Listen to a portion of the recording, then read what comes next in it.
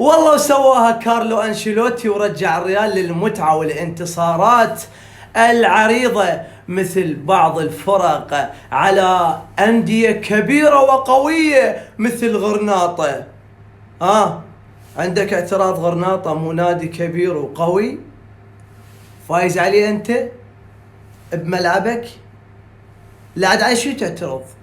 انت ما لك علاقه بالموضوع. انت هسه شو تسوي؟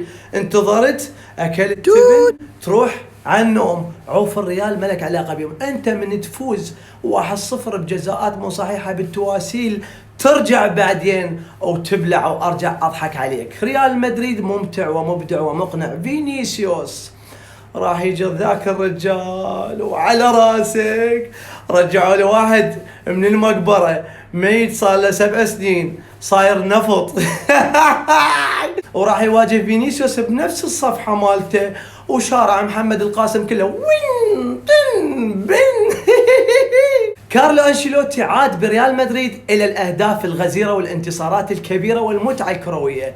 برشلونة عاد بدانيال ألفيز من الفتحة الرابعة فينيسيوس من يشوف ألفيز يا ولد جايك لا تتحرك جايك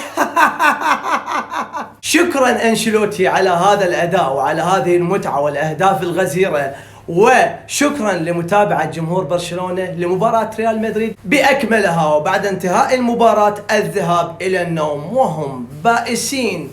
تشاو.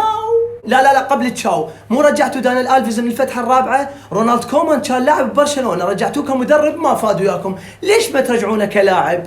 مو احتمال يوقف فينيسيوس؟